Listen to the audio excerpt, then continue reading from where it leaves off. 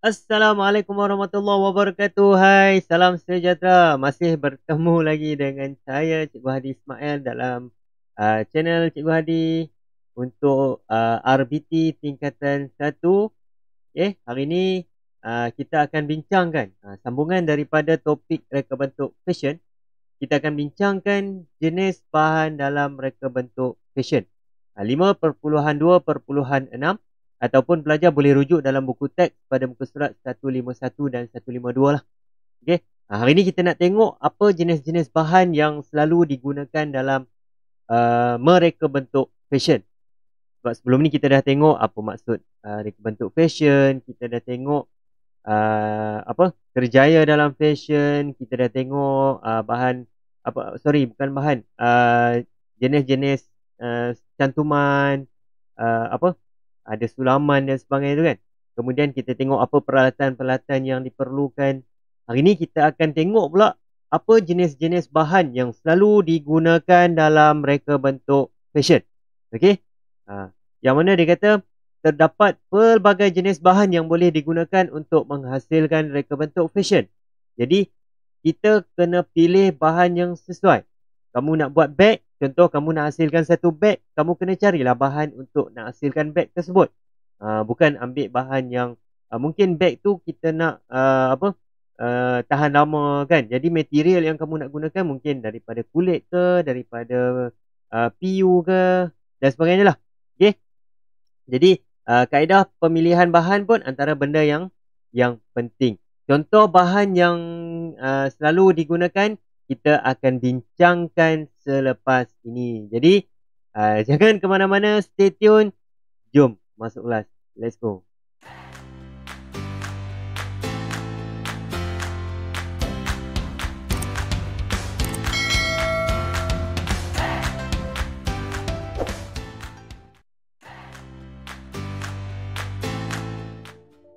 Okey.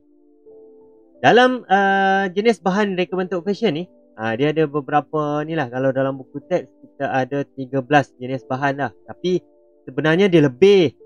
Dalam reka bentuk industri fashion ni lebih daripada 13 jenis-jenis bahan yang digunakan. Tapi dalam buku teks dia ambil secara ringkas lah supaya kamu faham apa itu bahan dalam reka bentuk fashion.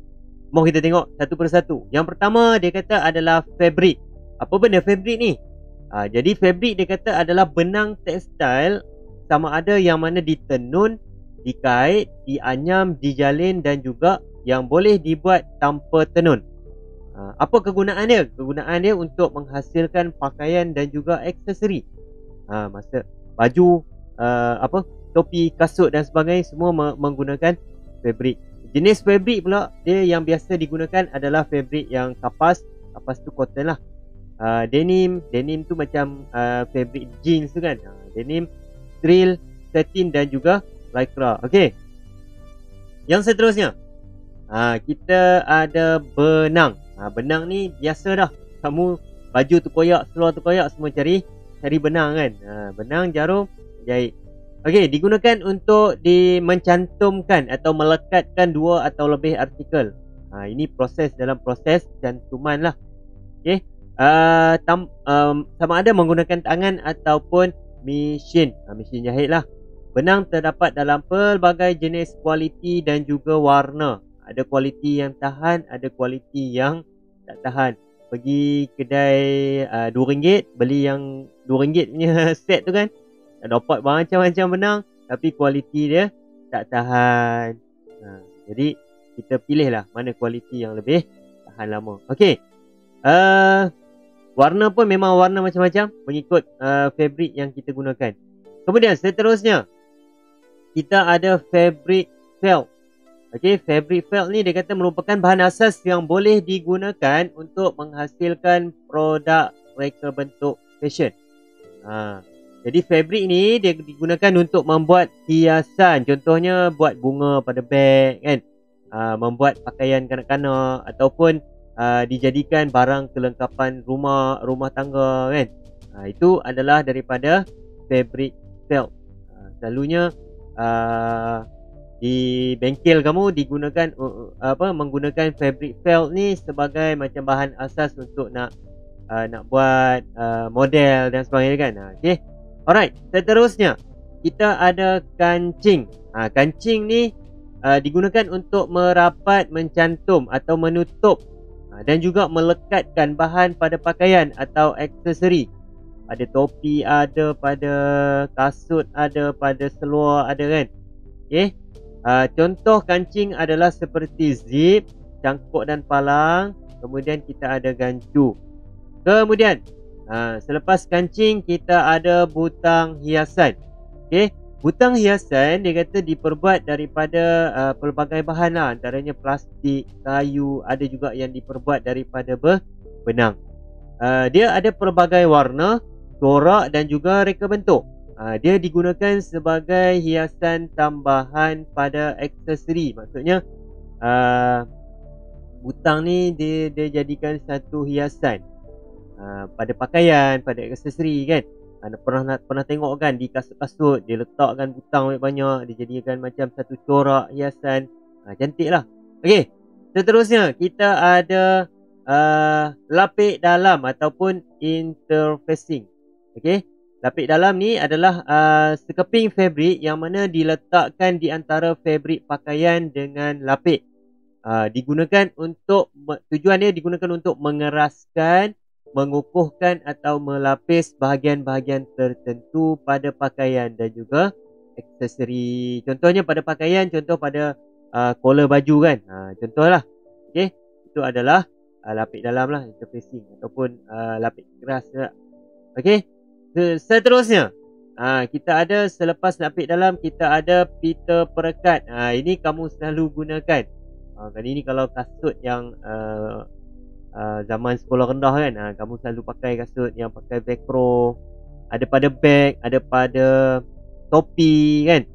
Terdiri daripada dua permukaan. Satu yang pita gelong halus dan juga satu lagi adalah bersirat, yang mana dia boleh melekat. Okey. Digunakan untuk menutup atau mencantum bahagian pada aksesori dan pakaian dengan cara menindih dua permukaan tersebut. Selalunya kita jumpa banyak di beg lah kan. Beg memang banyak pakai benda ni lah. Okey. Seterusnya kita ada dawai. Ni nampak. Hiasan macam ni dibuat daripada dawai. Dawai aluminium seperti alloy yang aluminium alloy. Dia sifatnya adalah lembut, halus dan juga mudah dibentuk. Jadi dawai-dawai ni digunakan untuk dia nak buat aksesori seperti kerongsang, pin rambut, gelang dan juga rantai leher. Ini kaum wanita perempuan memang suka lah kan. Okay. Dia juga perhiasan lah, dia jadi sebagai satu perhiasan. Okey. Seterusnya, selepas dawai kita ada getah. Okey. Getah dia kata terdiri daripada pelbagai saiz dan juga ketebalan. Ada yang nipis, ada yang tebal. Digunakan dalam menghasilkan produk seperti getah rambut, ikatan kepala ataupun headband, tali jam dan juga gelang. Tapi ada banyak lagi lah dia punya kegunaan-kegunaan bagi getah ni. Itu antara contoh dia lah. Seterusnya, selepas getah kita ada tali. Kalau tengok pada sini kita ada tali nilon, kita ada tali polyester dan juga kita ada tali satin kat sini. Okey. Jadi tali ni digunakan untuk membuat pelbagai aksesori. Macam-macam aksesori boleh buat. Contoh adalah seperti tali-tali yang saya sebut tadi lah. Tali polyester dan sebagainya. Kan? Pada pakaian nampak kan? Ada setengah baju. Contoh pada baju perempuan lah. Dia buat tali macam tali pinggang sikit kan, boleh ikat dan sebagainya. Itu contoh kegunaan tali lah. Okey. Seterusnya kita ada bunga reben. Bunga reben. Bunga reben mempunyai pelbagai warna, nampak kan? Warna yang macam-macam warna tu. Diperbuat daripada campuran reben, manik dan juga tali hiasan. Digunakan untuk membuat hiasan dan juga aksesori. Ini banyak pada pakaian-pakaian lah. Pada dan juga aksesori. Seterusnya kita ada bahan trimming. Okey, bahan trimming digunakan untuk membuat hiasan tambahan pada reka bentuk fashion. Contohnya adalah seperti renda, pita braid dan juga pita jalur serong tepat. Ini contoh-contoh dia lah. Okey. Ini adalah bahan trimming. Ni kalau pada pakaian perempuan, dia memang banyak pakai benda ni lah. Pakai renda, pakai apa, pita jalur serong dan sebagainya. Okey, seterusnya kita ada manik ataupun bead. Digunakan untuk membuat rantai leher, gelang dan juga untuk pakaian lah. Banyak pakaian sekarang dia letakkan manik kan, dijahitkan manik untuk dia nak menambahkan lebih kepada fashion dia lah. Terdapat dalam pelbagai bentuk, warna, saiz dan juga reka bentuk. Ada yang bulat, ada yang berbentuk-bentuk kan, mengikut apa, kreativiti pengeluar tu lah.